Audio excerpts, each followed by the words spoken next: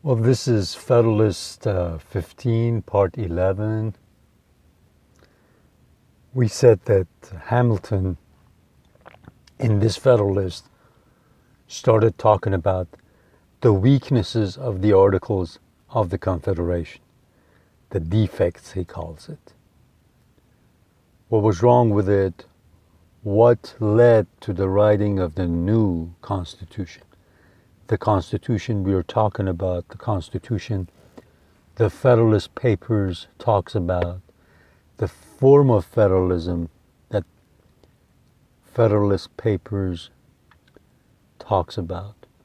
And in an earlier discussion, I wrote these down. I said these are some of the things that you would need for a government to be actually called a good government. These ideas, these institutions have to be in place for you to have a good working government. Not just elections, because we know dictatorial systems all over the world that have elections, and actually they count your vote. But the system is rigged, the system is so imbalanced. There are no checks and balances, there are no divisions of power, there are no independent judiciary, no bicameral legislatures, that you can't really call it a fair election leading to a freedom-loving government or freedom-protecting government. Okay, since we are in the context of the Articles of Confederation, we're talking about its defects, its the bad things about it. Let's just talk about the divisions of power, or the division of powers. When the United States, or when the 13 colonies revolted against the mother country, Britain, one of the first things they did was to write new constitutions. Because before the revolution, the royal governors, the governors that were appointed by the king in Britain, had more power than they needed to. And really people didn't have any say in it. They could not say anything about it. They could not elect the governor. One of the things they did was to decrease or just totally do away with the power of the governor in the new constitutions. And that created a problem. So there was really no division of powers. There was no governor to check for checks and balances. There was no governor to check the overreach of the legislature. Because what happened was they did away with the power of the governor and they gave all the powers to the legislature.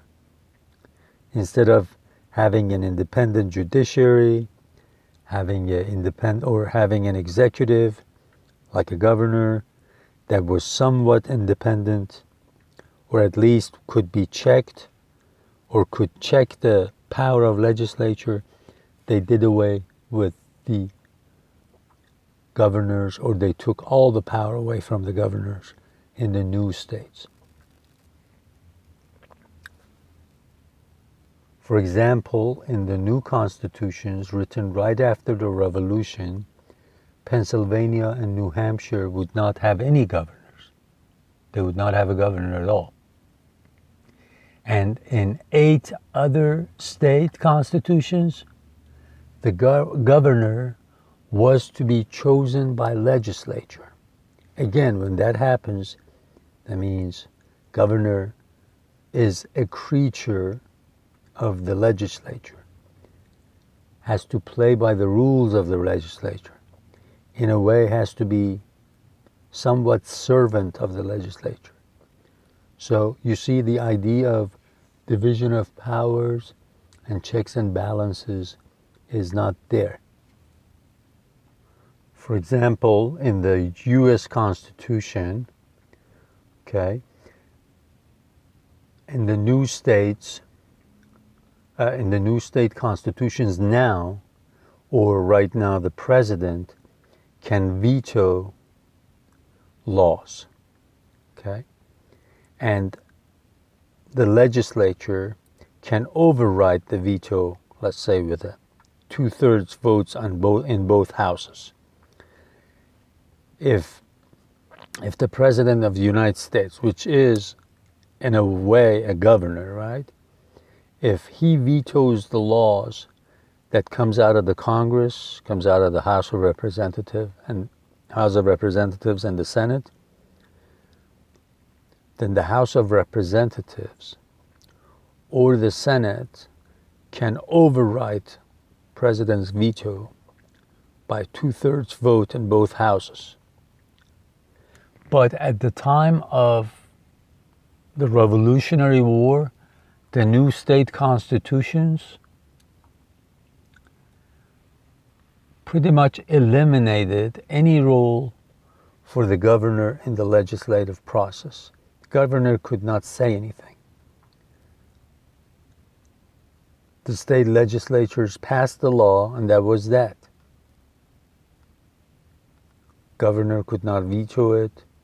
So, for the most part, there were no checks and balances and no division of powers because the legislatures became supreme. They could do everything, and that was part of the problem for the articles, during the Articles of the Confederation. If people decided to do something, even if it wasn't wise for them to do so, it wasn't for their long-term interest, they would force the legislature to do it. Legislature would do it, and then the system would not work. It would not pass laws that would be best for the people of those states in the long term. So this is one thing that this new constitution is trying to do, is to give balance to the system so that people don't make mistakes just because they're thinking about their short-term interest. Okay, I think I better read a little bit of this paper.